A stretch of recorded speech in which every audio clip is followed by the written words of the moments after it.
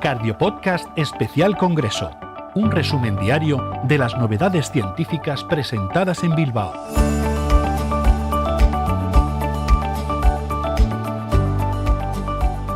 Buenas tardes y bienvenidos a esta programación especial de Congreso SEC 2024 que se celebra en el Palacio Euskalduna de Bilbao. Durante las 3 jornadas de nuestro Congreso Nacional vamos a seguir lo más destacado de la actividad científica en este espacio, realizado con la colaboración de Daiichi Sankyo. Soy Alicia Tuarte y en la cabina Cardiopodcast saludamos ya a Cristina Lozano, coordinadora de la actividad, y a David Del Val, quien moderará este primer episodio. Hola, doctores. ¿Qué tal, Alicia? Muy buenas tardes, Alicia. Bueno, pues antes de nada quería agradecer el enorme esfuerzo de coordinación que ha supuesto la organización de estos episodios especiales. Yo creo que va a ser pues una actividad que nos va a permitir estar muy al día de todo lo que va a ocurrir, lo que ha ocurrido ya en el Congreso Nacional. Y es que, bueno, pues estamos de estreno porque celebramos el 80 aniversario de la Sociedad Española de Cardiología. Y esto, bueno, pues luego nos lo va a contar el doctor Luis Rodríguez Padial, que es el presidente de la Sociedad Española y con el que vamos a estrenar el episodio. Así es, Cristina, y además vamos a charlar con los protagonistas de alguna de las sesiones más destacadas de la jornada de hoy. Sí, eso es. De hecho, pues vamos a hablar un poco sobre cómo manejar el tratamiento antitrombótico en la mujer, que sabéis que bueno, pues en la Sociedad Española de Cardiología durante este bienio estamos muy concienciados con el abordaje de la enfermedad cardiovascular en la mujer y creemos que es un tema muy importante hablar sobre pues cómo manejamos actualmente este tipo de tratamientos en la mujer y cómo prevenir pues eventos adversos en pacientes en nuestras pacientes anticoaguladas. También vamos a tener como invitados a neumólogos y cardiólogos que nos van a abordar desde un punto de vista multidisciplinar el manejo y el tratamiento de la embolia pulmonar y de la hipertensión pulmonar. Sí, también vamos a tener unos minutos bueno, pues para los más interesados en las subespecialidades de hemodinámica y arritmias. Vamos a hablar sobre el tratamiento percutáneo de la insuficiencia tricúspide funcional, que es un tema que está muy en auge en los últimos años. Y para los electrofisiólogos, pues hablaremos de la extracción de electrodos de dispositivos cardíacos y también pues abordaremos las últimas novedades en estimulación y en dispositivos de estimulación tipo marcapasos. Y por supuesto vamos a asomarnos a una parte un poco más extracientífica del Congreso y es ese show cooking que vamos a tener, ese taller de cocina cardiosaludable que hemos tenido esta tarde y que vamos a entrevistar en directo al chef Fernando Canales para conocer un poco su opinión sobre alimentación y salud cardiovascular. Bueno, David, pues creo que vas a estar bastante entretenido, así que te voy a dejar aquí, que disfrutes mucho de este programa. Muchas gracias, Cristina. Pues vamos ya con la primera entrevista de hoy, ¿no? Doctor Rodríguez Padial, bienvenido, presidente Hola. Electo de la SEC entre el periodo 2023-2025. Muchas gracias, buenas tardes y encantado de estar aquí con vosotros. Quería conocer un poco su opinión, ¿no? Este es su primer congreso como presidente. ¿Con qué ánimo llega aquí a Bilbao? Este congreso que además coincide con el 80 aniversario de la Sociedad Española de Cardiología.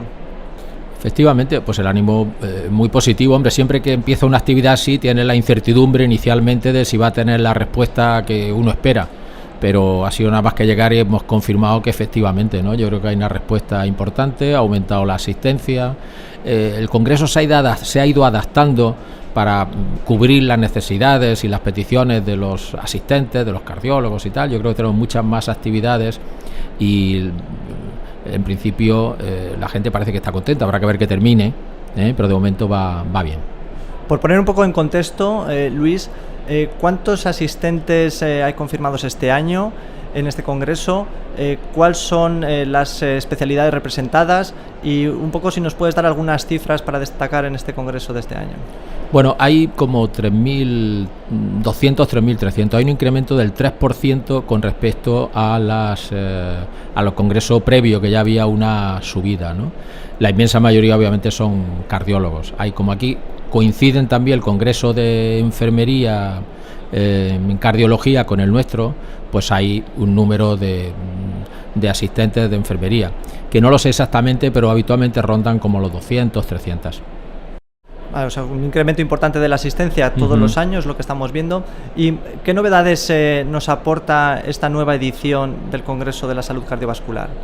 Bueno, el Congreso lo hemos querido, evidentemente, lo que hace es poner al día, como habéis comentado, pues actualizaciones en todas las áreas de la cardiología, ¿no? Queremos poner el foco muy especialmente en la prevención cardiovascular y en el abordaje de la enfermedad cardiovascular en la mujer, de la que tanto los pacientes como la sociedad no son totalmente conscientes de la importancia que eso tiene, ¿no?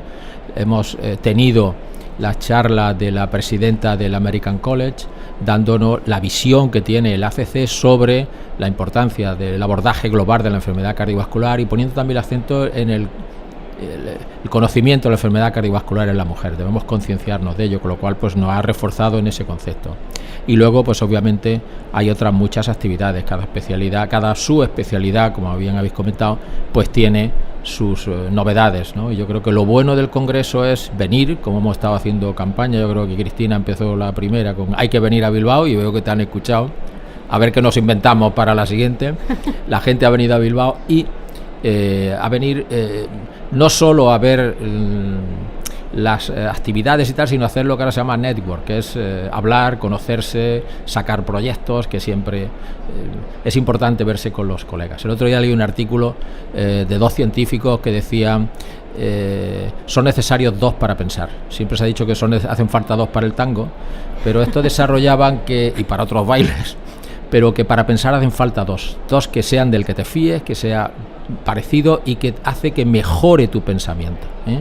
Entonces yo creo que aquí son más, pero al final el encuentro es entre 2, y si tú tienes una idea, se lo cuentas a tu compañero, eso es un impulso grande para esa idea y para ese proyecto, que es de lo que se trata el Congreso. Sí, sin duda este es el escenario más apropiado para ese tipo de relaciones y ese tipo de interacción con el resto de los colegas. Aunque sé que es un ejercicio bastante difícil, pero ¿podrías compartir un poco con nosotros cuáles son esas sesiones que tienes un poco marcada en su agenda para no perderse? Es una pena, porque cuando vienes de presidente no puedes ir a muchas sesiones de las que te gustaría, ¿eh?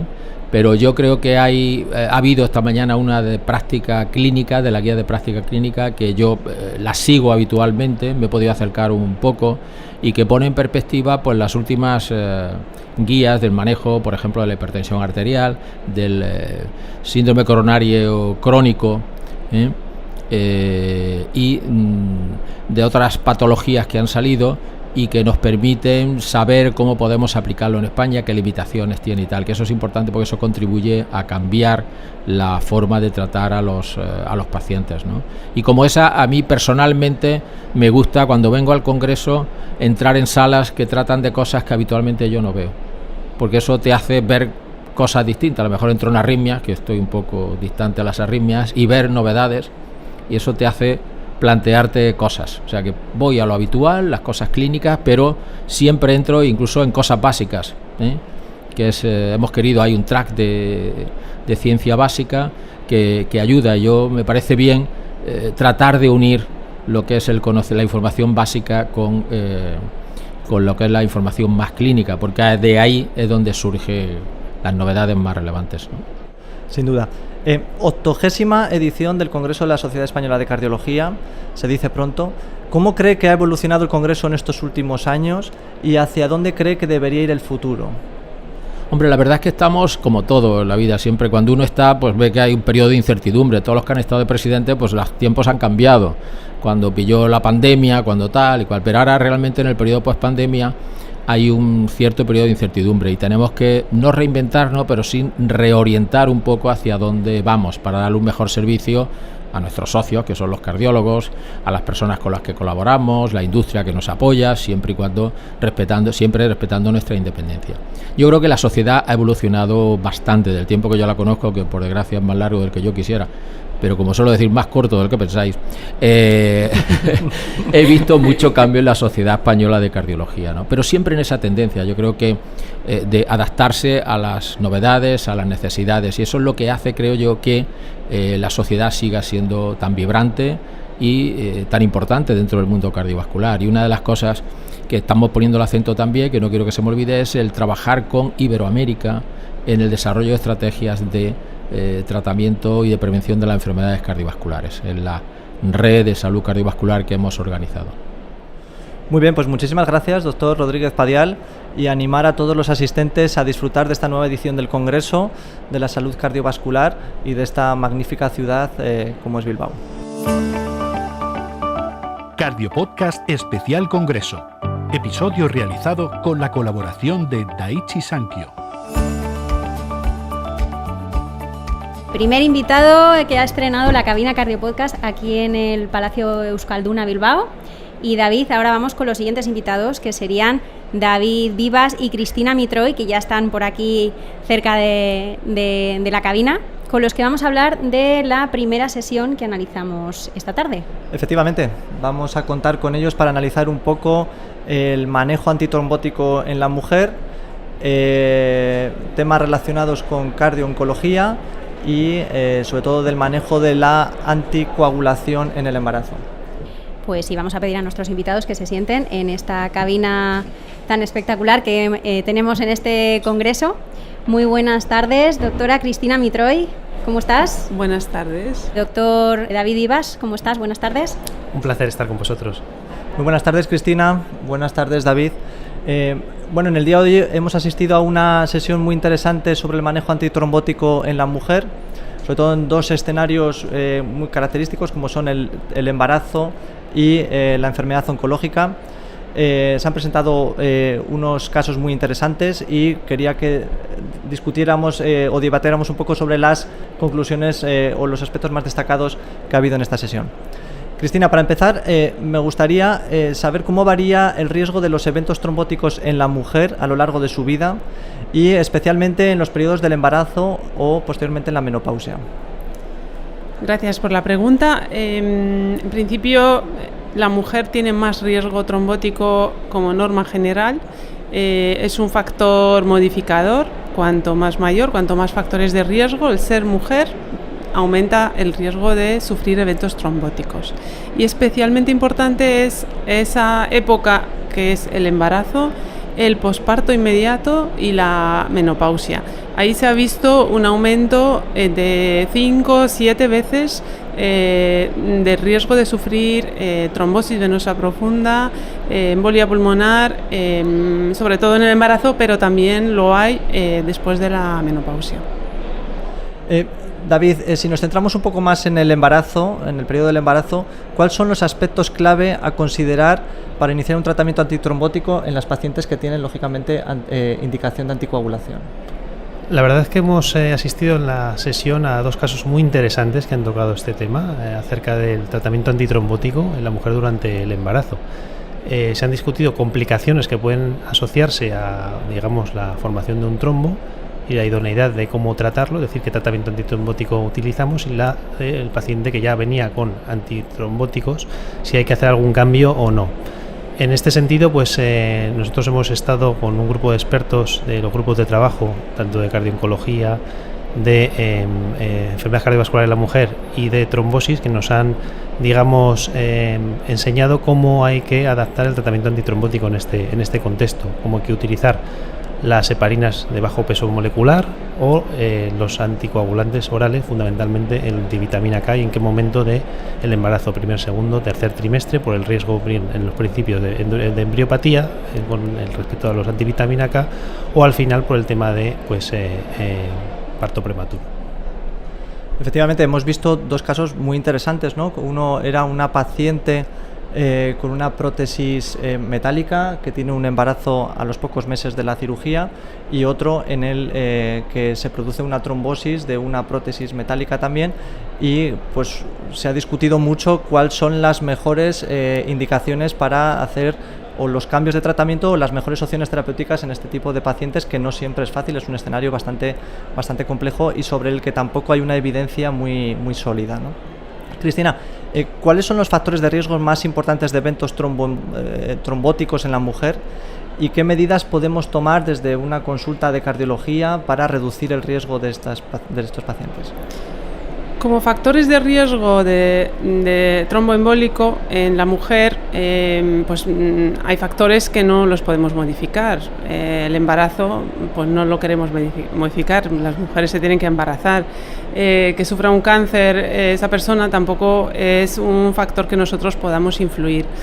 Sí que podemos influir en factores como el sedentarismo, el sobrepeso, que también favorecen en ocasiones especiales y aumentan mucho en aquellas ocasiones especiales de las que hemos hablado anteriormente, aumentan el riesgo de eventos trombóticos, y ahí sí nosotros podemos actuar. También hay que tener en cuenta que muchos de los tratamientos que se dan a las mujeres, las píldoras contraceptivas, el tratamiento de sustitución hormonal,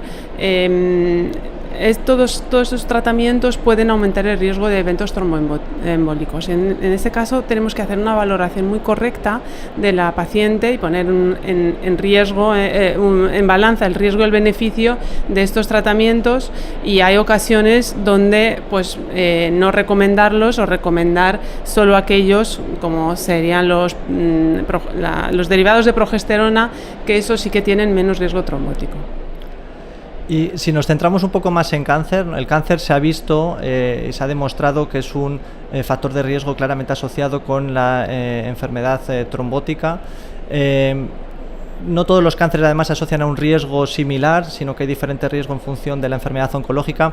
En las mujeres con cáncer, ¿cuál es el mejor tratamiento antitrombótico que podemos ofrecerle? Quería conocer un poco la opinión de ambos. Si quieres, empezamos por David. Bien, bueno, esto se ha discutido en la sesión y es muy interesante porque al final no hay un tratamiento anticoagulante óptimo. Hay que adaptarlo mucho a las características, primero, del caso, es decir, qué tipo de cáncer tiene la paciente. No es lo mismo a lo mejor un cáncer gastrointestinal que otro tipo de tumores. Se ha comentado también qué tipo de tumores tienen más probabilidad de desarrollar enfermedad tromboembólica, ¿vale? No es lo mismo un tumor cerebral o un tumor gástrico pancreático que otros tumores que tienen menos probabilidades, y en todo esto hay que tener también en cuenta otra cosa muy importante, como es en nuestro entorno y en nuestro medio, que es el tema de la financiación. Muchos pacientes, por desgracia, a lo mejor no pueden acceder a tratamientos anticoagulantes por cuestiones económicas. Entonces, todo esto hace que en algunos casos nos debamos ir a fármacos anticoagulantes orales de acción directa, y otras veces nos iremos a fármacos antivitamina K o incluso a heparinas de bajo peso molecular, ¿verdad, Cristina? Así es. Yo creo que en la mujer tiene especial relevancia el cáncer de mama. El cáncer de mama es una situación en la que se produce un aumento de riesgo de posibilidad de eventos trombóticos, de riesgo de fibrilación auricular. La fibrilación auricular después de un cáncer de mama aumenta de forma significativa la mortalidad cardiovascular.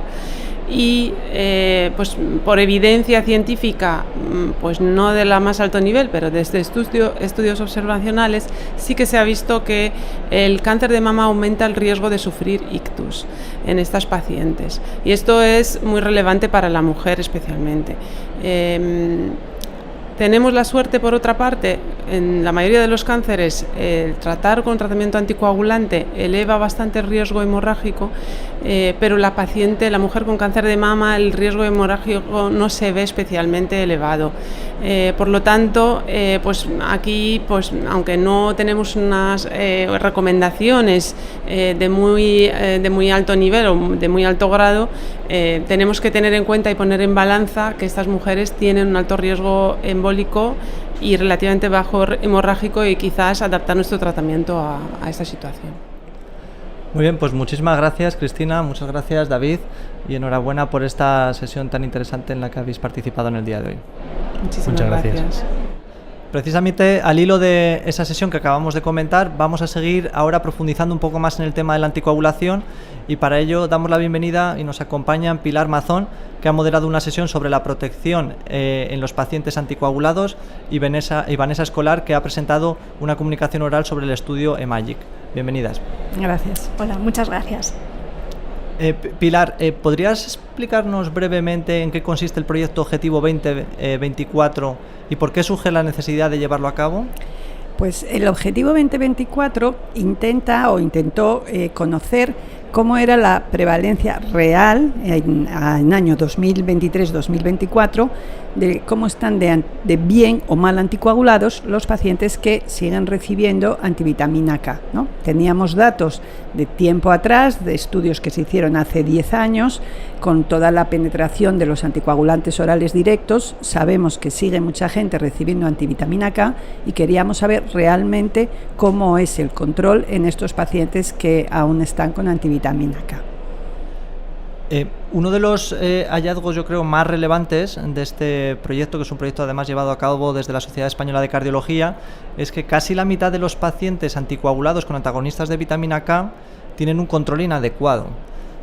¿Cuáles son las implicaciones clínicas de estos hallazgos para la práctica clínica rutinaria? Sí, realmente prácticamente el 48% de los pacientes tenían o bien por el método directo de INR menos de 60% de tiempo en rango y por Rosendahl menos de 65%, que incluso para las guías actuales que exigen 70%, el porcentaje sería todavía mucho mayor. Sabemos que los pacientes que están mal anticoagulados tienen tanto más riesgo hemorrágico como más riesgo isquémico, con lo cual no estamos ni previniendo los ictus ni tampoco les estamos protegiendo frente al sangrado. Efectivamente, este es un dato, yo creo que clave, ¿no? Ni estamos protegiendo, pero además incluso podemos estar aumentando los riesgos de sangrado, o sea que tenemos doble problema. Doble problema, efectivamente. Vanessa, si nos centramos un poco en el estudio EMAGIC, ¿cuáles fueron los objetivos planteados del inicio y cuál fue un poco la motivación para llevar a cabo este proyecto? Bueno, pues todos sabemos que la fibrilación auricular no valvular aumenta el riesgo de eventos embólicos y en este caso, pues bueno, teniendo en cuenta el perfil del paciente, en muchos casos está indicado la anticoagulación oral para disminuir este riesgo. En pacientes con fibrilación auricular no valvular, los anticoagulantes de acción directa disminuyen las tasas de hemorragias mayores o no mayores clínicamente relevantes si lo comparamos con antagonistas de la vitamina K. Sin embargo, tenemos información pues, más limitada sobre el riesgo-beneficio de los anticoagulantes de acción directa, en especial del edoxaban, en pacientes que no solo tienen fibrilación auricular no valvular, sino que además tienen insuficiencia cardíaca. De ahí que se planteara realizar este estudio y el objetivo fue evaluar la seguridad y la eficacia. El objetivo principal fue analizar la seguridad en cuanto a la incidencia de hemorragias y el criterio de eficacia fue pues, una tasa de accidente cerebrovascular o tromboembolia sistémica. Y ¿nos podría resumir brevemente también cuáles fueron los hallazgos más significativos del estudio EMAGIC y por qué pueden tener un impacto en la práctica clínica habitual? Pues a modo de resumen, comentar que la incidencia de hemorragia mayor o no mayor, que clínicamente relevante, fue en torno al 6,5%, con una distribución bastante homogénea en cuanto a la insuficiencia cardíaca con fracción de eyección preservada y reducida. La localización más frecuente de hemorragia, como se ha venido demostrando en todos los estudios, ha sido la gastrointestinal, con una tasa muy baja de hemorragias intracraneales, apenas un 1,5%. Y en este estudio no se registraron embolias sistémicas. Entonces, la importancia de este estudio radica en que se trata de un estudio que evalúa en la vida real los pacientes con insuficiencia cardíaca, fibrilación auricular no valvular, que se encuentran en tratamiento con edoxaban, y nos demuestra que la tasa de hemorragia mayor o no mayor, pero clínicamente relevante, es baja, pero aún es más baja la tasa de los eventos isquémicos, sobre todo de accidentes cerebrovasculares. Y este perfil más o menos se mantiene a lo largo de todo el rango de fracción de eyección en pacientes con insuficiencia cardíaca. Pilar, en cuanto a los factores asociados al mal control de la anticoagulación, ¿cómo crees que influye la presencia de comorbilidades como el caso de la diabetes o la insuficiencia renal en el manejo de los pacientes con tratamiento con antagonistas de la vitamina K. Sí, se hizo en el grupo de 2.000 y pico pacientes que hubo en el Objetivo 2024, se miró qué estaba influyendo, ¿no? Entonces, en un análisis bivariante se vio que la diabetes, la insuficiencia renal, el EPOC, ser fumador, paciente dependiente para las actividades de la vida diaria, todo esto influía. Después, cuando se hizo un análisis ya multivariante, queda como factor predictor de mal control la diabetes, las cifras de hemoglobina cuanto más bajas y el ser dependiente. Hace unos años se puso un poquito, no voy a decir de moda, pero existía un score que se llamaba el SEIM-TTR que te hacía ver qué pacientes se iban a controlar mal, ¿no? Entonces también con estos datos que tenemos del Objetivo 2024 ya podemos prever de cierta manera qué paciente con antivitamina K se va a controlar mal desde el principio. ¿Podríamos decir que este tipo de pacientes, este perfil particular de pacientes, deberían ir de entrada, a pesar de las limitaciones que tenemos, con anticoagulantes de acción directa? Probablemente sí. Pacientes que tienen un perfil con el que ya te puedes imaginar que el control va a ser malo, no hay que someterles a meses de mal control para luego tener la justificación de cambiarles. Me gustaría ya para finalizar conocer un poco vuestra opinión. Dado que el número de pacientes con un control inadecuado de la anticoagulación pues prácticamente está estable y no ha disminuido en los últimos años, ¿qué recomendaciones harían para optimizar la estrategia de tratamiento y seguimiento en los pacientes con fibrilación auricular y que lógicamente tengan una indicación de anticoagulación? La verdad es que estos pacientes del Objetivo 2024 eran los últimos 6 meses los que se analizaron y estaban la mitad mal controlados. Esos pacientes no hay ninguna razón para que sigan con antivitamina K. Es más, no podemos decir que tenemos restricciones administrativas porque estos pacientes precisamente se les puede cambiar directamente a un anticoagulante oral directo con total tranquilidad y seguridad. Y de todas maneras, los pacientes que sabemos que todavía no llevan bastante tiempo anticoagulados o que no tenemos la certeza de que se vayan a anticoagular mal, sí que hay que utilizar medidas de buen control de los demás factores de riesgo, ¿no? Que sabemos que luego hemos visto que son los que influyen en el mal control, ¿no? Con lo cual, tanto los que están mal anticoagulados, cambiarles ya, sin esperar más, y los demás, desde el principio, intentar evitar los factores que sabemos que influyen en el mal control.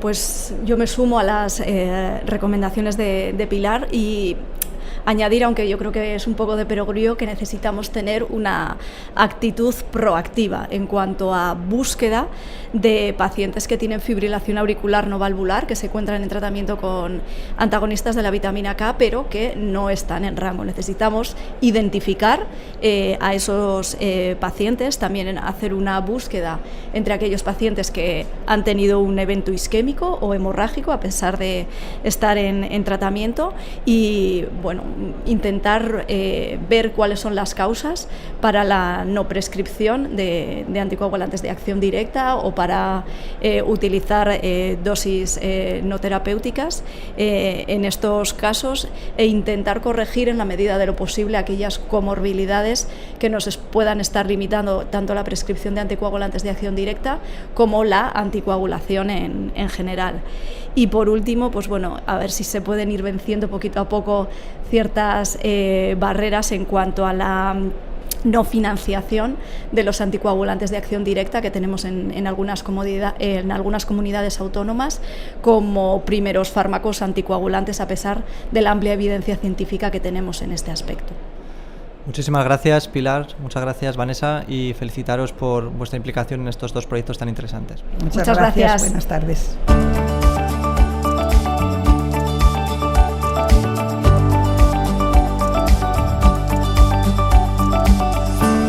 David, una de las sesiones más esperadas de cada congreso es precisamente la de actualización de las guías europeas. ¿Por qué ese afán? Pues así es. Al final la práctica clínica habitual nuestra se rige por las guías, fundamentalmente las guías europeas. Todos los años en el mes de septiembre se actualizan algunas de ellas y se sacan nuevos documentos de consenso y es una buena oportunidad en este congreso, el congreso que se hace en octubre, para repasar y actualizarnos en todas las últimas novedades que han surgido en el Congreso Europeo de Cardiología y con sus guías de práctica clínica en especial.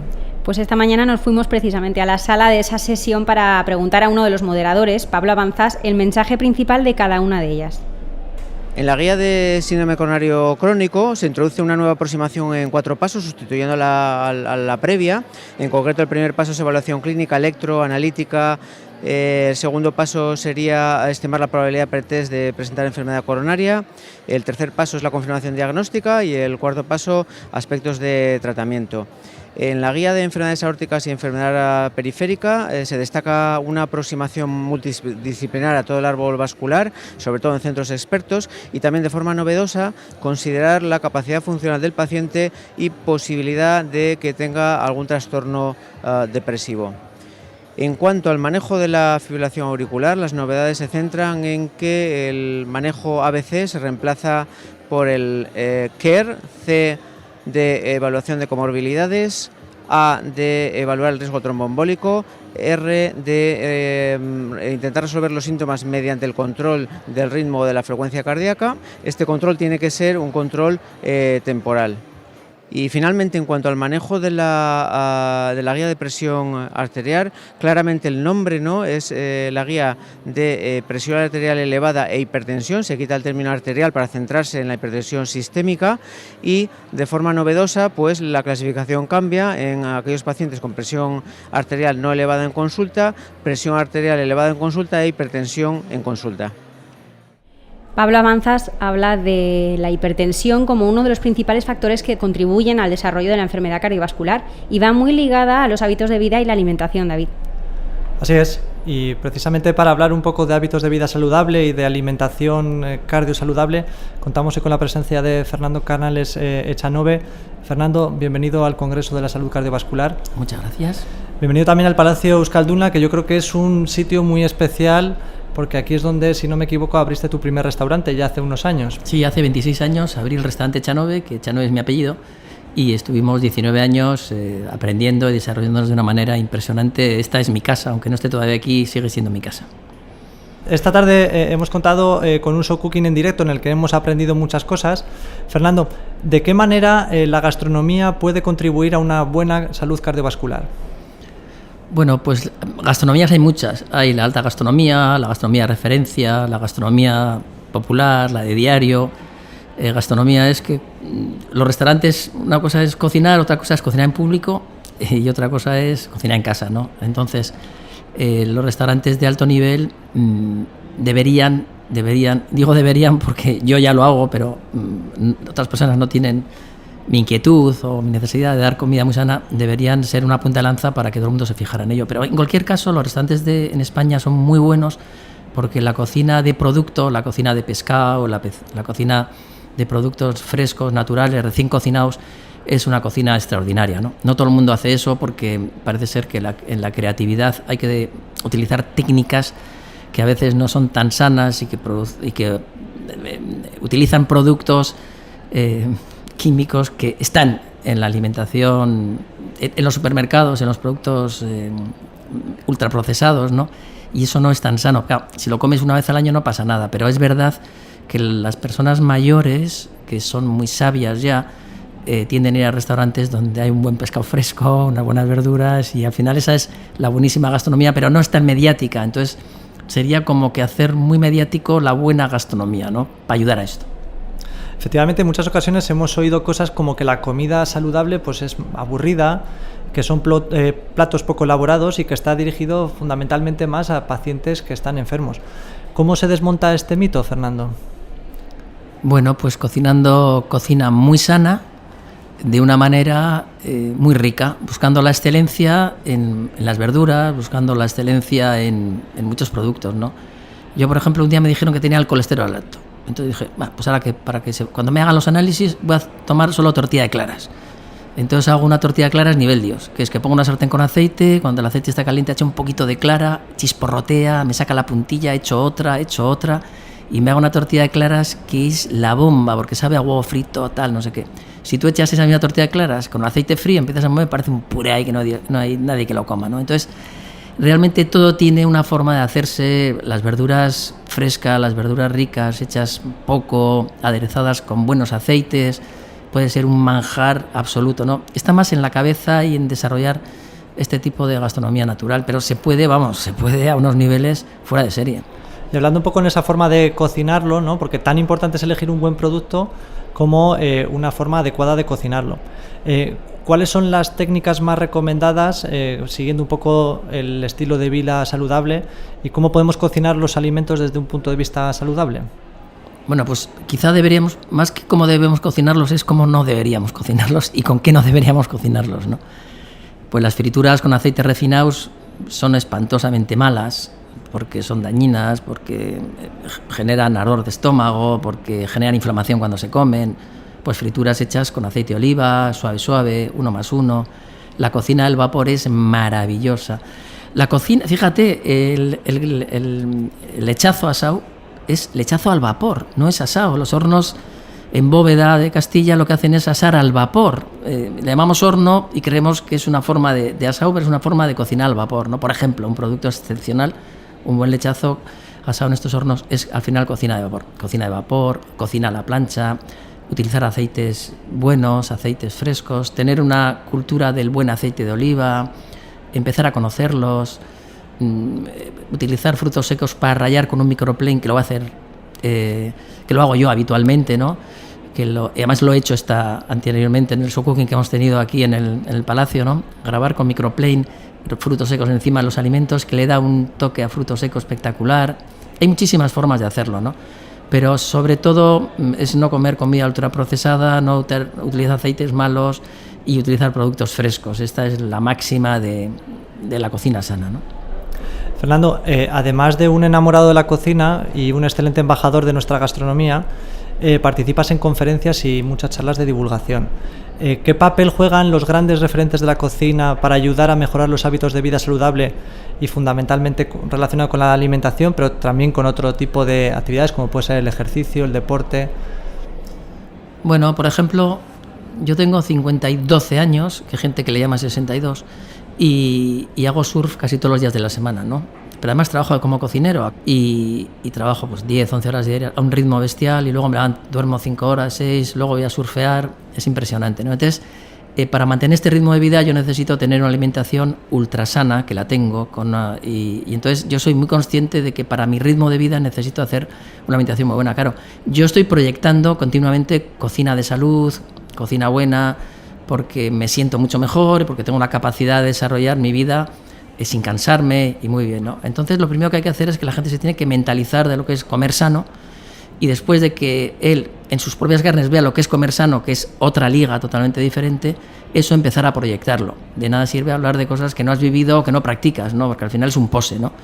Entonces, pues la cocina sana. Yo, por ejemplo, un día me di cuenta que los hidratos de carbono me inflamaban, y además tengo diverticulitis, que se convertía en diverticulosis, entonces decidí no comer hidratos de carbono, entonces tampoco como, solo desayuno y ceno, y en ese desayuno lo hago salado, siempre tomo un aguacate, siempre tomo nueces, la tortilla de clara, alguna verdurita, todo lo alineo con sumac, es una especie libanesa que da una sensación cítrica en la boca espectacular, maravillosa, y que te hace que los alimentos sean muy ricos. Utilizo aceites de frutos secos, aceites vírgenes, y cogollos con vinagre para que el ácido acético vaya retardando el índice glucémico de mi cuerpo. En fin, me tomo infusiones de hinojo.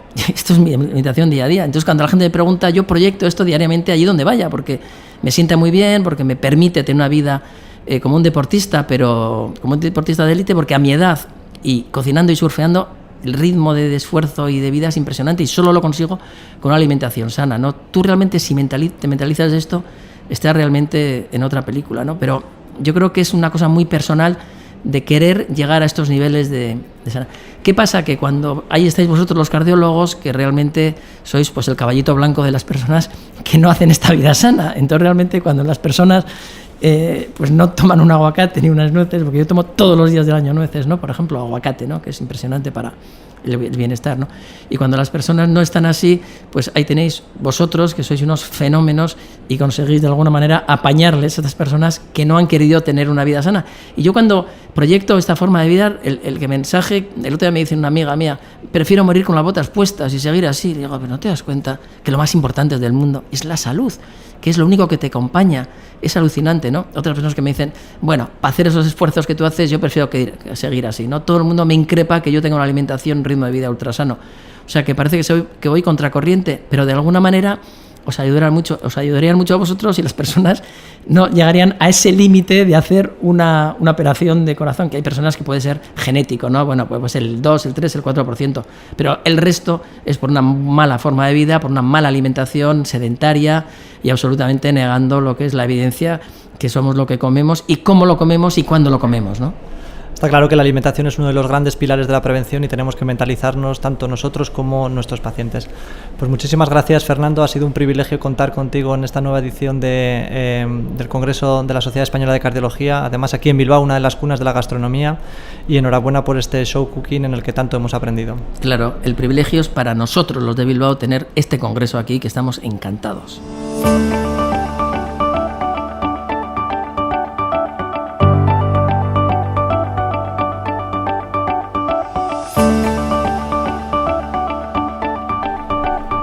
Y antes de continuar con el próximo debate, comentamos brevemente otras noticias de la jornada.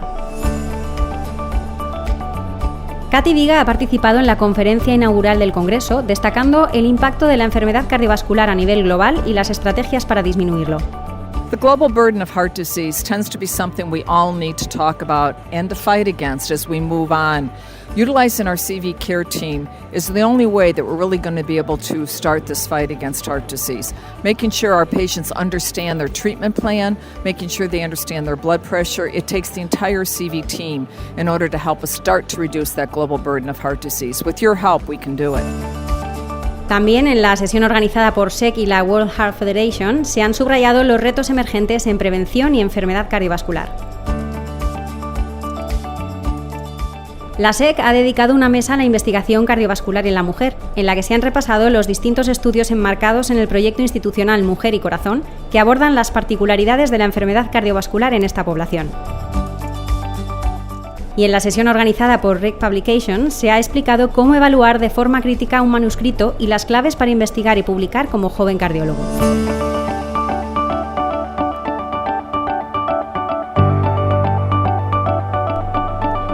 Y comentábamos al principio del programa con Cristina que una de las sesiones señaladas de la jornada de hoy era precisamente la mesa conjunta con la Sociedad Española de Neumología y Cirugía Torácica.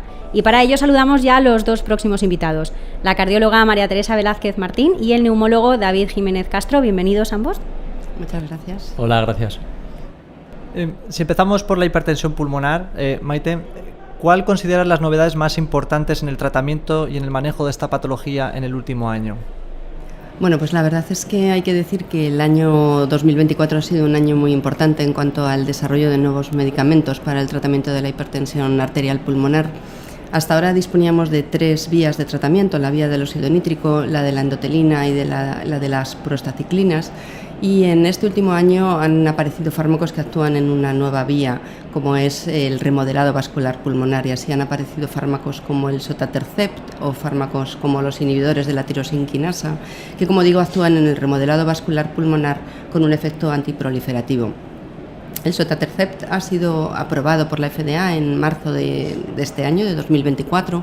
Es un fármaco que ha demostrado que reduce el empeoramiento clínico, mejora el NT-proBNP, la clase funcional, y es un fármaco que en el último Congreso Mundial celebrado en julio de este año aquí en Barcelona ya se plantea como la siguiente línea de tratamiento después de la doble terapia de inicio en pacientes independientemente de cuál sea el estado de riesgo que tienen.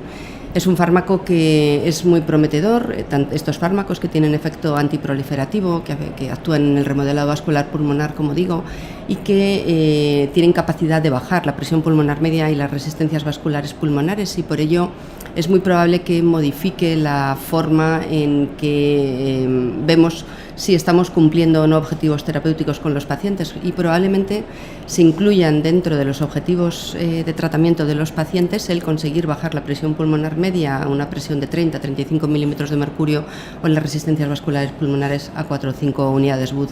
Estos son objetivos que antes no nos planteábamos con los fármacos que teníamos, pero con estos nuevos fármacos con efecto antiproliferativo parece que probablemente sí podamos plantearnos estos objetivos con intentando mejorar el remodelado vascular pulmonar, el remodelado vascular pulmonar y así conseguir un remodelado favorable del ventrículo derecho y por tanto mejorar el pronóstico de los pacientes. Pasando al tromboembolismo pulmonar, que es otro de los grandes bloques que habéis comentado y que habéis abordado en esta sesión tan interesante que hemos tenido hoy, esta sesión conjunta. David, ¿qué avances destacarías en el diagnóstico y el tratamiento de esta patología en el último año? Yo diría fundamentalmente 3. Primero, estamos revolucionando la estratificación pronóstica de los pacientes con embolia de pulmón aguda asintomática. El punto de partida de las recomendaciones y de las guías de la Sociedad Europea de Cardiología, que se han venido publicando aproximadamente cada 4 años en la última década, es un punto de partida muy importante y que ha avanzado mucho el campo de la estratificación pronóstica. Sin embargo, se están publicando y se van a publicar estudios que van a modificar completamente la forma en la que identificamos a pacientes graves con embolia de pulmón. Hay un segundo apartado, que es el de todos los ensayos clínicos que están reclutando pacientes, incluso algunos han acabado ya el reclutamiento para pacientes con embolia de pulmón de riesgo intermedio alto. Como conocéis perfectamente, son los pacientes estables hemodinámicamente con embolia de pulmón, pero que tienen disfunción de ventrículo derecho, daño miocárdico e incluso algunos otros factores pronósticos enriquecedores en estos ensayos clínicos. Dentro de no demasiado tiempo podremos saber si los distintos tratamientos de reperfusión son eficaces y seguros para estos pacientes y si algunos son mejores que otros en el caso de que debamos utilizarlos. Y en mi opinión, si tuviera que quedarme con uno, sería los ensayos clínicos que se van a poner en marcha, van a empezar a reclutar pacientes en el subgrupo de pacientes con embolia de pulmón de riesgo alto, es decir, los pacientes inestables hemodinámicamente con embolia de pulmón. Desde hace muchísimos años hemos creído que esa historia estaba cerrada, es decir, que estos pacientes debían recibir tratamiento de reperfusión, fundamentalmente fibrinolisis sistémica a dosis completas, en función de un único ensayo clínico que reclutó 8 pacientes. Se ha presentado ya en el Congreso de la Sociedad Europea de Cardiología el ensayo clínico Persevere. Es un ensayo clínico que va a comparar trombectomía percutánea versus otras formas de reperfusión en pacientes inestables hemodinámicamente con embolia de pulmón, y el grupo holandés también va a poner en marcha un ensayo clínico en el que va a evaluar eficacia y seguridad de la ECMO en pacientes inestables hemodinámicamente con embolia de pulmón aguda asintomática. Por lo tanto, parece que el paisaje se va a modificar de aquí a no demasiado tiempo para el manejo de unos cuantos pacientes con embolia de pulmón grave en nuestras unidades. Tendremos que estar atentos en los próximos años entonces a los resultados de esos estudios, porque sin duda van a cambiar un poco el panorama del tromboembolismo pulmonar y de su manejo en nuestros hospitales. Maite, tú eres cardióloga intervencionista, tienes mucha experiencia en el tratamiento percutáneo de los pacientes con hipertensión pulmonar. ¿Cuál crees que es el papel real del cardiólogo intervencionista en el manejo de tanto de la hipertensión pulmonar como del tromboembolismo pulmonar en fase aguda? Bueno, yo creo que el papel del cardiólogo intervencionista o del hemodinamista es importante no solo en el tratamiento de la hipertensión pulmonar tromboembólica crónica o de la hipertensión pulmonar aguda por una embolia aguda de pulmón. Yo creo que hay otro aspecto en el que es importante el papel del hemodinamista y es en la realización de los cateterismos cardíacos derechos en pacientes con hipertensión pulmonar, porque realmente sigue siendo el patrón oro para el diagnóstico de hipertensión pulmonar. Y es importante que el hemodinamista sea consciente de las implicaciones que tiene el realizar un cateterismo cardíaco derecho bien realizado, protocolizado y minucioso, para que la información que se traslade en el informe de ese cateterismo cardíaco derecho realmente pues traduzca la situación hemodinámica del paciente y clasifique adecuadamente al paciente en el grupo de hipertensión pulmonar que realmente le corresponde. Y luego jugamos un segundo papel los hemodinamistas en el tratamiento de la embolia aguda de pulmón y en el tratamiento de la hipertensión pulmonar tromboembólica crónica como operadores, ¿no? Yo creo que es importante no solo el papel en la sala como operadores, sino también el papel que tenemos formando parte de los equipos multidisciplinares de hipertensión pulmonar para tomar las decisiones de cuáles son las mejores terapias para los pacientes. En el caso, por ejemplo, de pacientes con hipertensión arterial pulmonar, si está indicada o no la septostomía. En el caso de pacientes con tromboembólica crónica, si está indicada o no la angioplastia pulmonar. y, por supuesto, en el caso de los pacientes con embolia aguda de pulmón tenemos que ser parte de la discusión para decidir si los pacientes son o no candidatos a terapia de trombectomía en el caso de que no sean candidatos a fibrinólisis. Has tocado un tema muy importante, que es el manejo global y multidisciplinar de este tipo de pacientes. Creo que es muy importante. David, ¿hasta qué punto crees que esta es la clave para mejorar el pronóstico de nuestros pacientes que se presentan con un tromboembolismo pulmonar? Pues la respuesta es no lo sé. Hace años, cuando pusimos en marcha el código TEP en mi hospital, era un defensor acérrimo de los grupos multidisciplinares de respuesta a la embolia de pulmón, y como suele pasar en otras cosas, con la edad he ido atemperando ese entusiasmo inicial. Hay dos cosas distintas, en mi opinión. La primera es, sabemos que la experiencia influye en el pronóstico de los pacientes con embolia de pulmón. Hace años ya publicamos en BMJ un estudio con más de 25.000 pacientes con embolia de pulmón aguda asintomática, y fuimos capaces de demostrar que los hospitales que atendían más pacientes al cabo del año con embolia de pulmón tenían mejores resultados en términos de supervivencia a 30 días que los hospitales que atendían menos pacientes con embolia de pulmón. Desde un punto de vista intuitivo, sí que parece razonable pensar que la combinación de la experiencia de distintos especialistas que manejan a los pacientes con embolia de pulmón aguda asintomática debería mejorar el pronóstico de estos pacientes.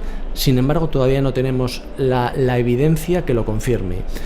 Los estudios que se han ido publicando hasta la fecha no son ensayos clínicos, no son estudios controlados, son estudios que en la mayoría de las ocasiones han logrado demostrar que los grupos multidisciplinares aumentan el número de pruebas y de tratamientos invasivos que se hacen a los pacientes comparado con la anticoagulación convencional, pero no hay ningún estudio que yo haya encontrado y que haya podido leer que demuestre una mejoría de la supervivencia por el uso de los grupos multidisciplinares.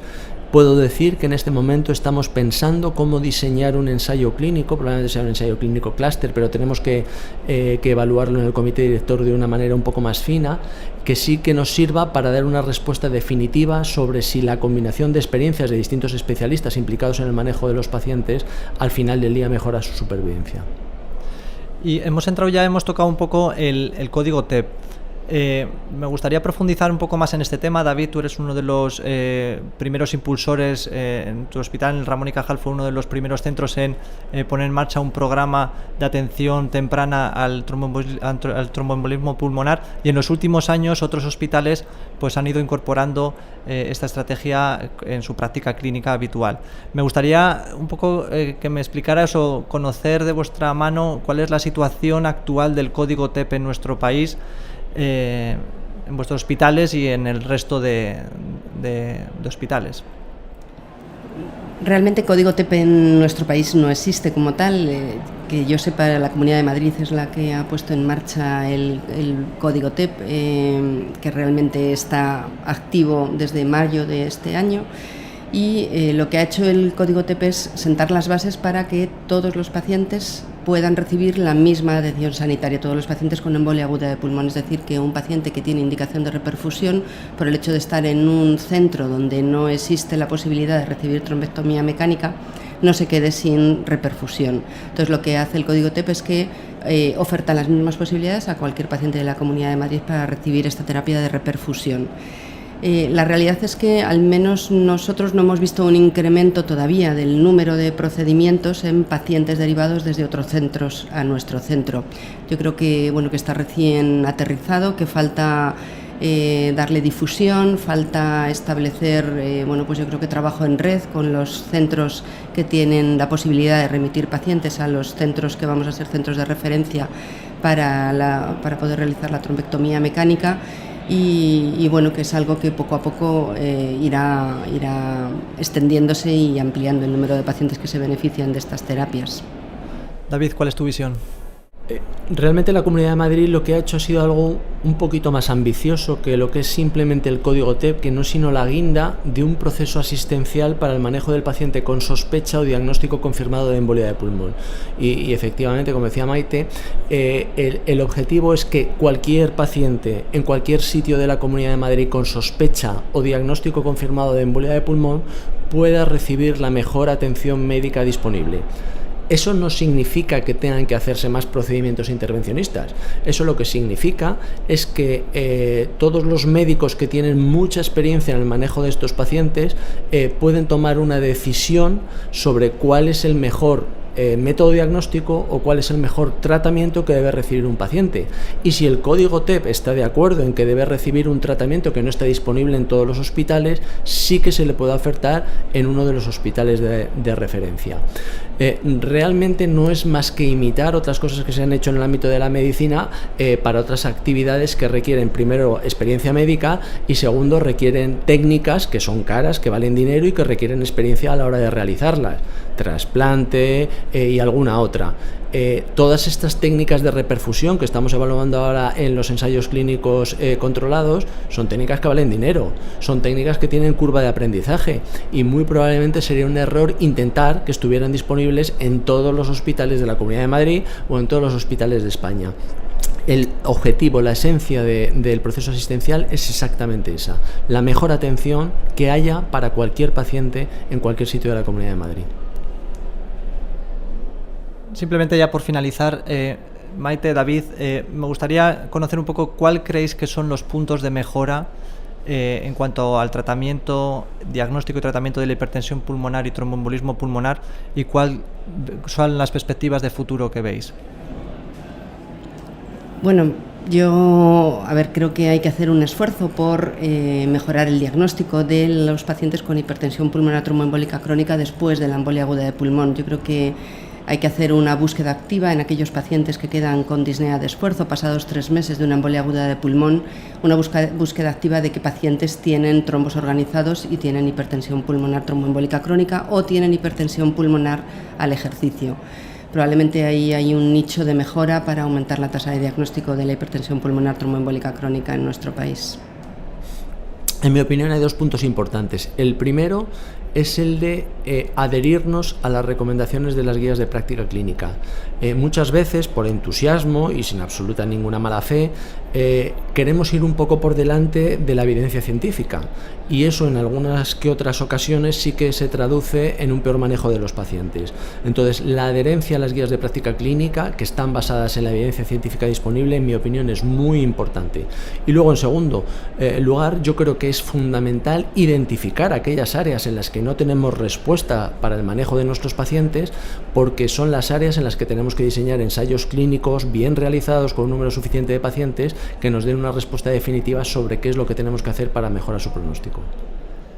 Muy bien, pues muchas gracias. Con estos datos terminamos esta conversación tan interesante sobre estas 2 patologías que a veces son un poco miradas de refilón por cardiología, pero que yo creo que se merecen su atención y tienen una importancia relevante. Pues mientras despedimos a María Teresa y David, damos paso a la compañera Gemma Romero, que está ahora mismo con las enfermeras María Dolores Gómez Barriga y Elena Calvo Barriuso. Gemma, ¿qué sesión nos vais a contar? Hola Alicia, David, pues efectivamente ambas han participado en la sesión Aspectos psicosociales en el empoderamiento y adherencia terapéutica del paciente cardiológico. María Dolores, ¿cuáles son las claves para el autocuidado y empoderamiento del paciente? Bueno, el empoderamiento del paciente depende de varios factores. En primer lugar, los profesionales tenemos que tener cuidado con la información que le damos a los pacientes. Esa información siempre tiene que ser veraz y la comunicación que le damos. Si utilizamos herramientas digitales, es importante que estas herramientas digitales sean accesibles y fáciles de entender por parte de ellos, porque si no, nunca será factible que ellos puedan acceder. Es importante un seguimiento periódico y una accesibilidad directa del paciente hacia los profesionales para que este seguimiento pueda ser continuo y puedan adquirir aquellos hábitos saludables que todos los pedimos. Para la modificación de conductas, además, es imprescindible que la salud mental de los mismos esté bien, porque si no hacemos un enfoque holístico del paciente, no conseguiríamos una modificación de conductas y, por lo tanto, un empoderamiento del mismo. Y Elena, ¿qué estrategias son las más efectivas para garantizar la adherencia al tratamiento? Como bien hemos dicho en la ponencia, lo mejor es mezclar varios tipos de estrategias, como son la educacional, como dice mi compañera, y también las conductuales. Y luego ya, pues depende del grupo de pacientes que tengas, pues ponerle ayudas de aplicaciones, vídeos, pero siempre individualizado al paciente. Lo mejor es eso, que esté dentro de estrategias protocolizadas pero flexibles, que nos podamos adaptar al paciente a sus necesidades, porque cada paciente en cada zona, en cada localidad es diferente y enfermería sabe muy bien individualizar y hacer esos planes más específicos. Pues muchas gracias a las dos. Alicia y David, devuelvo la conexión con el estudio. Muchas gracias, Gema. Y ya está con nosotros en el estudio el siguiente invitado del día, David Arzamendi, para hablar del tratamiento percutáneo de la insuficiencia tricúspide. Efectivamente, Alicia, el tratamiento percutáneo de la insuficiencia tricúspide es uno de los temas muy en auge en los últimos años y hemos asistido a una sesión muy interesante. David, parece que la selección de los pacientes es un tema fundamental. ¿Cuál crees que son los criterios más importantes de selección a la hora de tener en cuenta para determinar los pacientes candidatos ideales para un tratamiento percutáneo de la insuficiencia tricúspide funcional? Como hemos comentado en la sesión, hay varios criterios que se tienen que tener en cuenta. Obviamente el principal y esencial es el criterio clínico, ¿no? A veces olvidamos quizá uno de los problemas que produce la insuficiencia tricúspide es que la sintomatología es más larvada que en otras patologías valvulares, ¿no? Es decir, el edema, la ascitis, la astenia, son muchas veces síntomas más larvados y de diagnóstico más difícil, pero generalmente son los que nos llevan a hacer la indicación clínica para la intervención. Por otro lado, tenemos una serie de criterios ecocardiográficos que nos ayudan también a determinar si esos pacientes son tributarios de algún tipo de terapia, y no solo eso, sino también nos ayudan a veces a determinar si hemos llegado un poquito tarde. Estas pruebas a veces nos pueden dejar en zonas grises que nos obligan a hacer más pruebas. En el caso de pacientes con disfunción ventricular y dilatación anular, pues muchas veces no está mal, y sobre todo pacientes operados de válvulas izquierdas no está mal también plantear el cateterismo derecho para ver cuál es la situación de la presión pulmonar, y generalmente quizá lo más importante no es solo saber aquellos que se pueden beneficiar de la terapia, sino en qué momento nos planteamos en la futilidad, ¿no? Que quizá es a veces lo que nos cuesta, teniendo en cuenta que las terapias transcatéter tienen pocas complicaciones, es a veces donde nos cuesta poner el límite, ¿no? Y en este caso yo creo que ya la afectación de órganos diana ya nos está sugiriendo un poco que quizá estamos llegando ya a fases tardías de la patología. ¿Qué alternativas terapéuticas tenemos disponibles en la actualidad? ¿Y cuál crees que son un poco, cuáles son las diferencias en cuanto a la eficacia y la seguridad de las diferentes técnicas?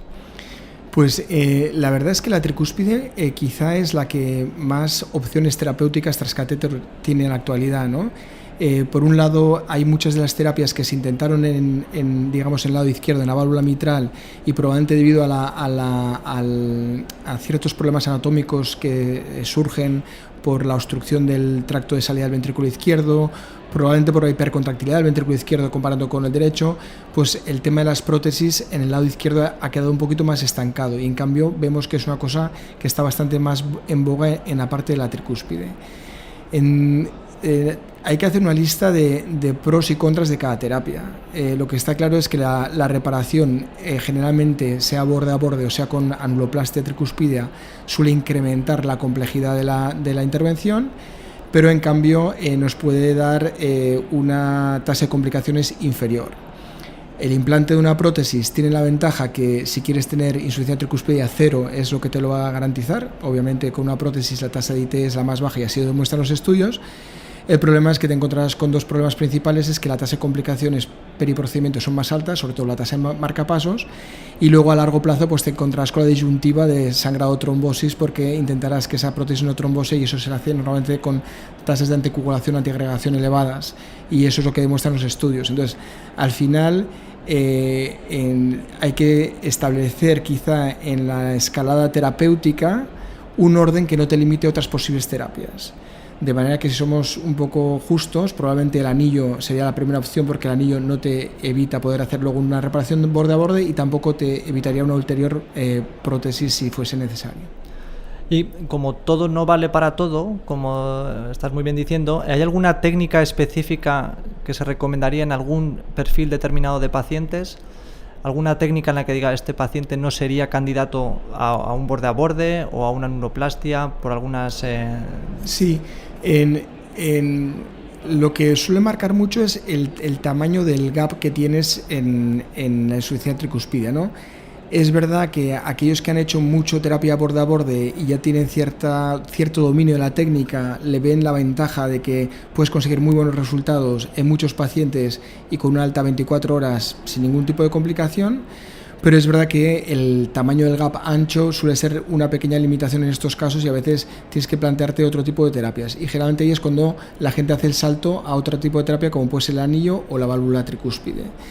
Y yo creo que es probablemente el indicador principal para la toma de decisiones, que a veces va acompañada también con el escáner. Es decir, la eco te puede ayudar, pero en esos casos también el escáner te puede ayudar un poco a hacer la selección del paciente.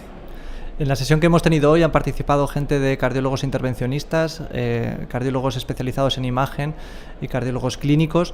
¿Qué papel juegan los equipos multidisciplinares que involucran a todos estos profesionales en la planificación y en la ejecución del tratamiento percutáneo de la insuficiencia tricúspidea?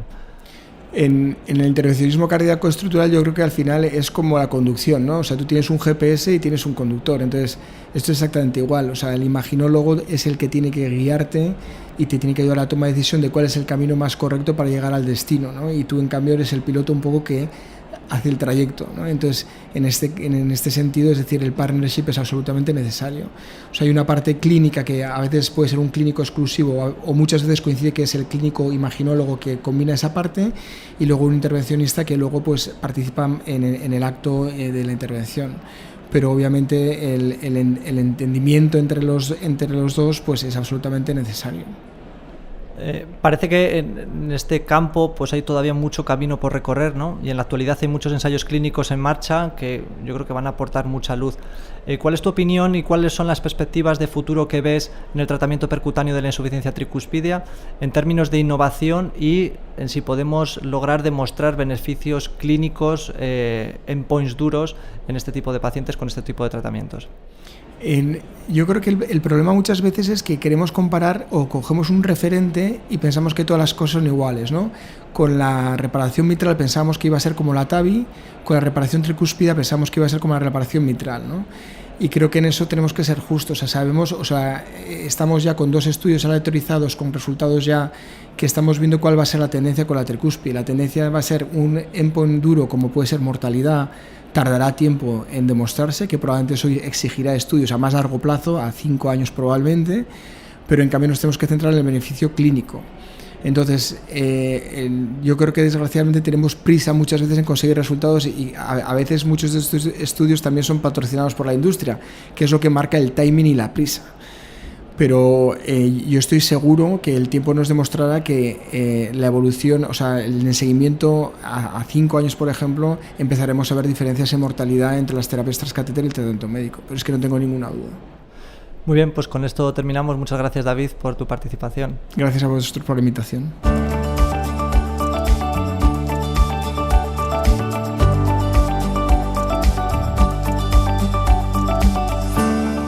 Y en el último bloque de hoy hablamos de ritmo cardíaco.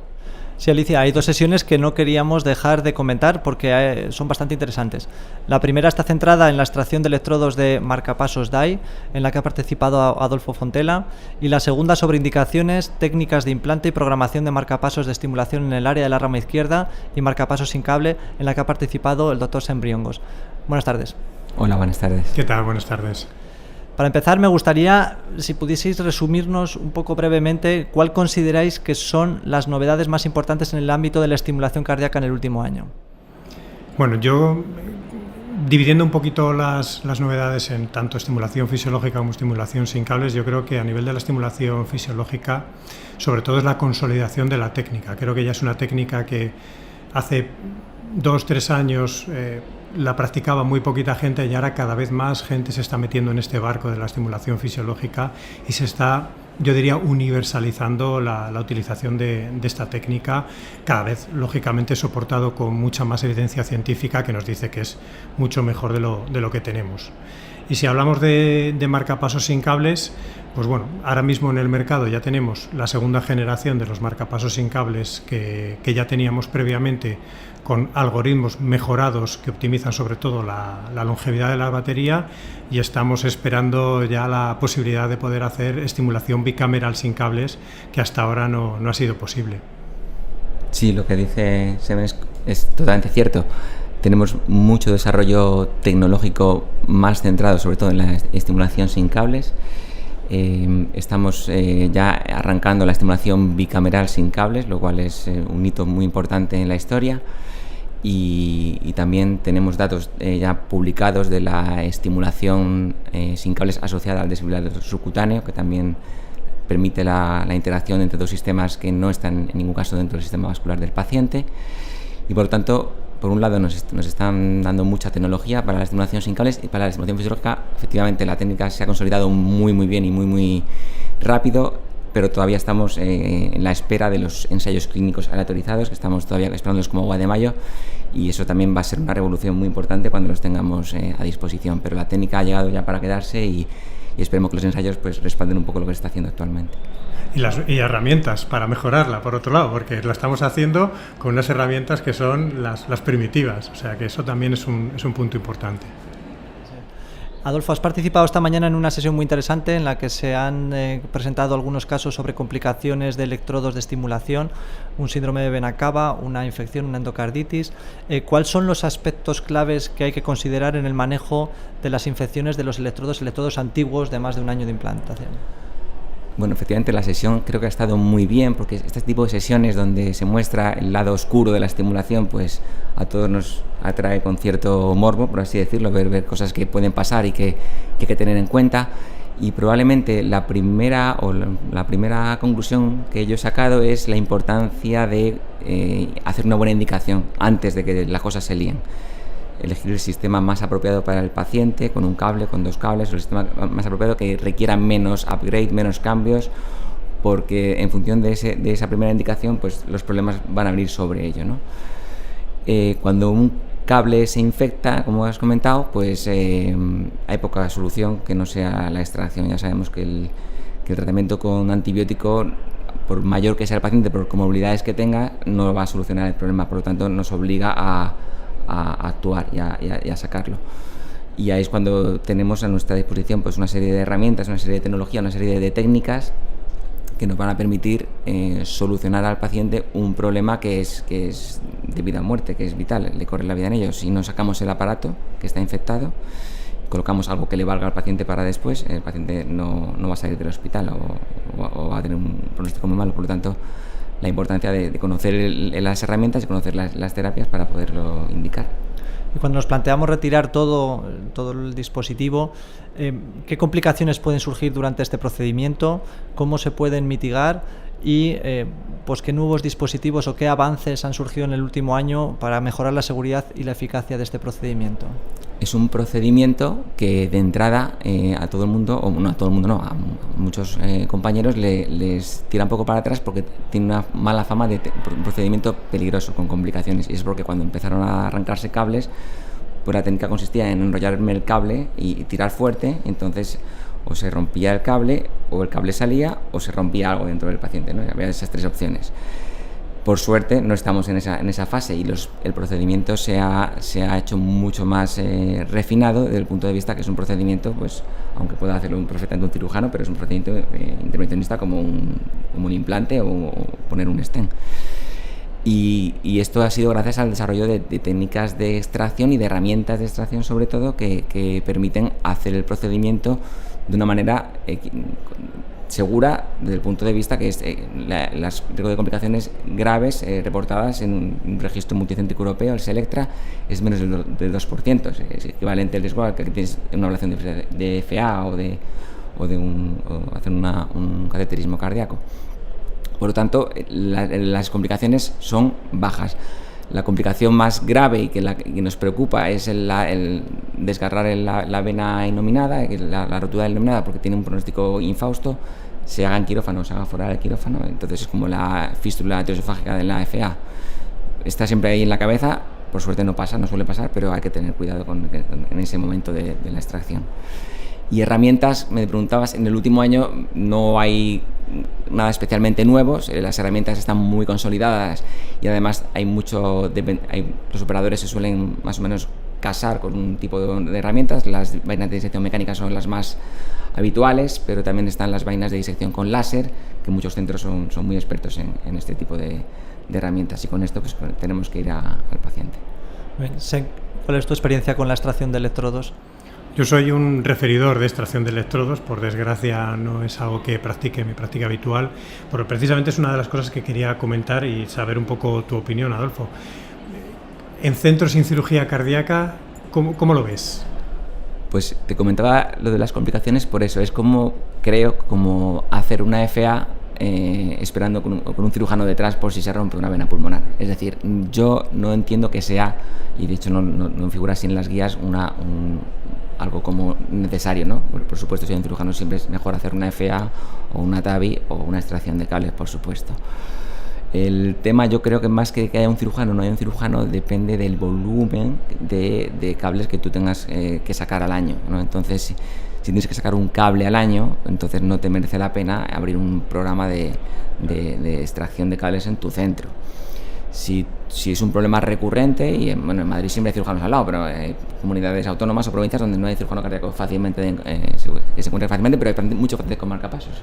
Entonces sí que yo creo que hay un momento en el que puedes abrir un poco la técnica, y el procedimiento es que es muy paso a paso, que requiere una formación, y sobre todo si ves que no puedes, pues puedes plegar, puedes cerrar y mandarlo una ambulancia a otro sitio, pero las complicaciones ocurren cuando uno sale del protocolo, ¿no? de lo que hay que hacer, en qué momento hay que avanzar, hay que tirar, cuánto hay que tirar. Es decir, que no me parece un procedimiento de complicaciones incontrolables. No puede pasar cosas como en todos los procedimientos, pero creo que la figura del cardíaco no es estrictamente necesaria para tener un programa de extracción de cables. En relación con los marcapasos sin cables, ¿en qué situaciones y para qué perfil de pacientes crees que están indicados en la actualidad? Pues si me hubieras hecho esta pregunta hace 4 o 5 años, antes del boom de la estimulación de rama izquierda, me atrevería a decir que todos los pacientes, porque lógicamente los marcapasos sin cables aportan un beneficio claro a lo que ya teníamos, que eran los marcapasos transvenosos tradicionales que poníamos en el ápice del ventrículo derecho. El problema de la estimulación sin cables ha sido que su gran competidor es la estimulación fisiológica, y ha supuesto, como hemos comentado, un boom. Pero aparte de eso, de que a día de hoy la estimulación sin cables no es capaz de proporcionar estimulación fisiológica, yo creo que hay un perfil de pacientes que se puede beneficiar claramente de ello. Y al hilo de lo que decía Adolfo, el paciente con una infección del dispositivo es el paciente candidato claro y que se beneficia de la estimulación sin cables. Me atrevería a decir que incluso por encima de que ese paciente se beneficie también de la estimulación fisiológica.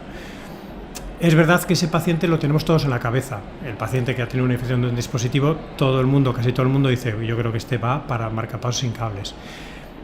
Si nos ceñimos solo a esa indicación, pues lógicamente nuestro número de marcapasos sin cables va a ser escaso y probablemente no seas capaz de llegar a hacer una curva de aprendizaje buena. Por eso también hay que tener una mentalidad un poquito más abierta, porque riesgo de infección del dispositivo hay muchos. El que más, el que ya se ha infectado. Pero por debajo de eso, todos tenemos en la cabeza que el paciente con enfermedad renal, muchos tienen en la cabeza el paciente en hemodiálisis, y ese siempre también va a ir a marcapasos sin cables, pero es verdad que cualquier grado de enfermedad renal crónica expone al paciente a un riesgo de infección altísimo, y eso es algo que igual no está tan impregnado en la mentalidad de la cardiología. Y luego hay otros factores aislados que igual de manera puntual o aislada, o si solo concurre uno en el paciente, no exponen a un gran riesgo, pero que cuando se juntan en un paciente ya sí, como por ejemplo el ser diabético. ¿Quién no tiene un paciente diabético? El estar anticoagulado, el tratamiento con corticoides. Si tú echas un vistazo a tu consulta, me atrevería a decir que el porcentaje de pacientes que están tomando corticoides crónicos es alto, y esos pacientes tienen un riesgo muy significativamente elevado de infección. Y también hay otro paciente que es, al hilo del cardiopodcast previo con David, el paciente que se le ha reparado la válvula tricúspide. Ese paciente es también que muchos pacientes acaban necesitando un marcapasos por degeneración de su sistema de conducción, y otros derivados de la propia intervención sobre la válvula, y en esos pacientes preservar que no haya un cable atravesando esa válvula, esté reparada de la manera que esté reparada, creo que es fundamental, y ese es un escenario en el que el marcapasos sin cables sin duda tiene un papel protagonista. Sí, yo creo que compiten y no compiten, ¿no? La estimulación fisiológica y el marcapasos sin cable, porque compiten, pero en escenarios, en campos diferentes, ¿no? La estimulación fisiológica, por supuesto, que va a tener una mejor fracción de edición y una mejor capacidad funcional del paciente, pero a veces tú lo que quieres es primar la seguridad. Entonces, el abuelo de 90 años que no se mueve de su casa, no me interesa que ahora corra la maratón, porque no la va a correr. Y sí me interesa que no se me complique, ¿no? Que no se rasque en la herida de donde le he puesto el marcapasos normal. Entonces, yo creo que son técnicas que van, en general, a perfiles de pacientes distintos. Luego hay algo de solapamiento, por supuesto, ¿no? Pero no creo que sea una competición ahora mismo si es con cable o sea, fisiológico o sin cable. Y al hilo de esto, es verdad que, como bien decíais, la estimulación fisiológica ha supuesto una auténtica revolución, ¿no? Tenemos mucha evidencia de los beneficios clínicos de la estimulación fisiológica, y juntando marcapasos sin cable, estimulación fisiológica, además ahora que vamos a tener disponibles también nuevos dispositivos bicamerales, ¿creéis que el futuro puede ser marcapasos sin cable con estimulación fisiológica? ¿Esto es plausible? ¿Cómo lo veis? Yo no es que lo crea, no es que crea que es plausible, creo que es, o debe ser, mejor dicho, creo que debe ser el futuro y donde tienen que ir todo el desarrollo tecnológico de las distintas casas comerciales. Si tú eres capaz de juntar en un dispositivo la capacidad de hacer estimulación fisiológica sin cables, eso puedes decir, es aunar lo que decía Adolfo, aunar dos técnicas que son complementarias en algunos pacientes competitivas, aunarlas y que estén disponibles para el 100% de los pacientes. No es fácil, por otro lado, porque claro, probablemente llegar a la rama izquierda sin cables desde el lado derecho del corazón es muy complicado, no voy a decir imposible, pero es muy complicado. Probablemente para estimular la rama izquierda necesites un abordaje desde el lado izquierdo del corazón, lógicamente ya ahí tienes que anticoagular a los pacientes, porque si dejas un dispositivo en el lado izquierdo del corazón hay que anticoagularla. Pero no se nos olvidemos que está el GIS, y que el GIS es mucho más abordable desde el lado derecho del corazón. No tienes que atravesar, muchas veces no tienes que atravesar la válvula, y ojo, porque probablemente los tiros vengan por ahí, por una estimulación fisiológica sin cables a nivel del GIS o perigis. ¿Cuál es tu visión, Adolfo? Sí, yo estoy de acuerdo con Sem en que, en efecto, es lo que nos falta por traer los Reyes Magos, es la combinación de las dos tecnologías, y no sé muy bien por dónde saldrá, si, como dice él, por dispositivos en el lado izquierdo, algo en el lado derecho retráctil que pueda de alguna manera penetrar hasta la rama izquierda, o estimular directamente la zona del GIS, con la que tenemos una experiencia no tan buena como en la rama izquierda por la inestabilidad de los parámetros eléctricos que supone la estimulación crónica del GIS, pero irá por alguno de estos territorios el tema. Ya podemos decir que la estimulación sin cables es más fisiológica ahora que hace un año, gracias a la estimulación bicameral, que también, recordad que la sincronía V también forma parte de la estimulación fisiológica, y por lo tanto creo que estamos avanzando en la dirección correcta en este aspecto. Pues veremos a ver lo que nos depara el futuro. Muchas gracias por participar, Adolfo, Sem. Ha sido un placer. Gracias a vosotros por la invitación. Bueno, David, y ya hemos acabado así tranquilamente con este primer episodio de Congreso. ¿Cómo lo has visto? Pues yo creo que hemos abordado y repasado las sesiones más importantes que había en el día de hoy, unas sesiones cargadas de ciencia y de conocimiento, y con unos invitados que hemos tenido aquí de excepción, así que ha sido un placer. Pues gracias como siempre a ti por la moderación, también al equipo técnico Javier Alonso y Anchón Unzaga por la realización y edición. Os vamos a recordar a todos que este episodio está disponible en las principales plataformas de podcasting y en la web de secardiología.es, así que os esperamos mañana a la misma hora para el repaso de la siguiente jornada. Cardiopodcast Especial Congreso, un programa de la SEC coordinado por su grupo de jóvenes cardiólogos.